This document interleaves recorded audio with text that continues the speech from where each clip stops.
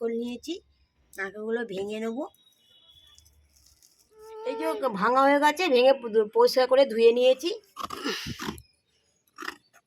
এই যে নারকেলটা কোড়া হচ্ছে, আমার মেয়ে কুড়ে নিচ্ছে নারকেলটা। এই যে কোড়া হয়ে গেছে, এই যে মালা। সব নারকেলগুলো কোড়ানো হয়ে গেছে, এবার এটাকে মিক্সিতে দুধ দিয়ে পেস্ট করব।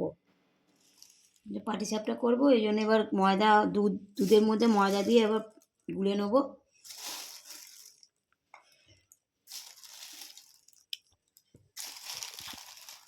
ময়দা দিয়ে দিলাম, চিনি দিয়ে দেবো,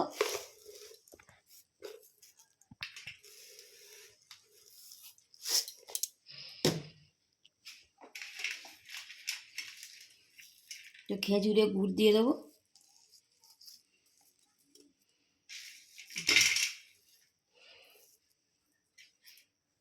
আর নুন দিয়ে দেবো।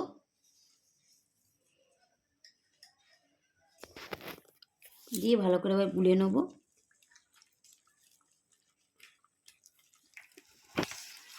যে গোলা হয়ে গেছে, এবার আধ ঘন্টার মতন একটু রেখে দেবো।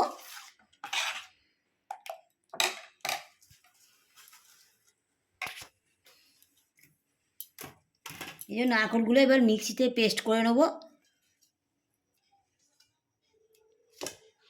এবার মিক্সিতে পেস্ট করা হয়ে গেছে নারকেলগুলো, এবার চিনি দিয়ে দেবো।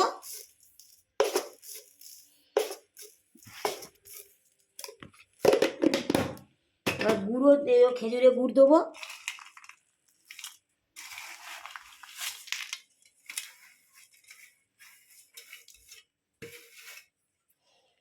দিয়ে এবার মাখিয়ে নেব।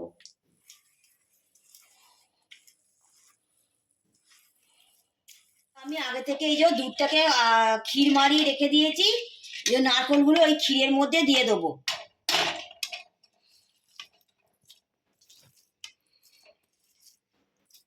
আর সামান্য এই যে ঝোলা গুড় দেবো একটু।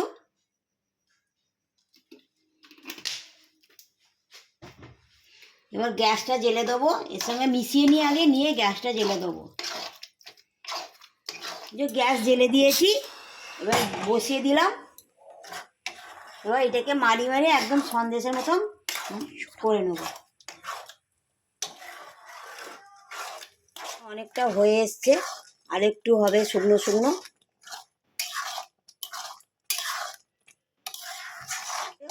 একদম শুকনো হয়ে গেছে।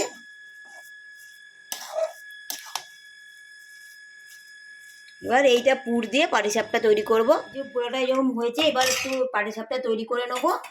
আমার এমনি আগে অনেকগুলো করেছি, একটু এটা করে নিয়েছি, এগুলো দেখ।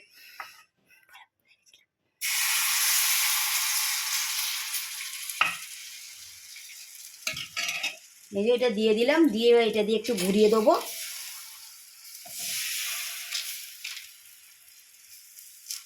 আমি হাতা ভাতা দিয়ে পারি না, আমি এই যে এরকম আমার কাঠে এরকম মানে কাঠে এরকম তৈরি করে নিয়েছি একটা, এরকম করে দিয়ে ঘোরাই। এটা দিয়েই সব কিছু করি, গোলা রুটি বা এটা করতে হয়, এগুলো দিয়েই করি।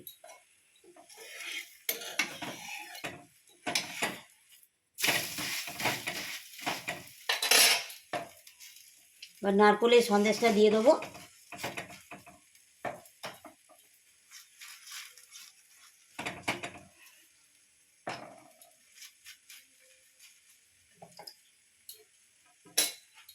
আস্তে আস্তে এরকম করে মুড়ে দেবো।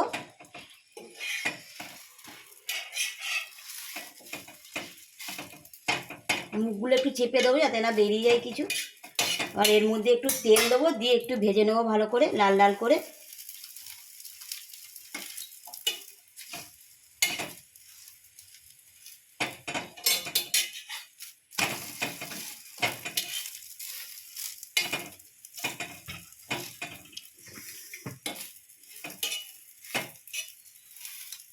এই যে লাল লাল করে ভাজা হয়ে গেছে, এবার তুলে নেব।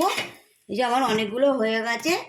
আর এই রেসিপিটা যদি এই নারকেলের সন্দেশ দিয়ে এই রেসিপিটা যদি আমার পাটিসাপটা রেসিপিটা যদি ভালো লাগে, তাহলে লাইক অ্যান্ড সাবস্ক্রাইব আর কমেন্ট করে দেবেন।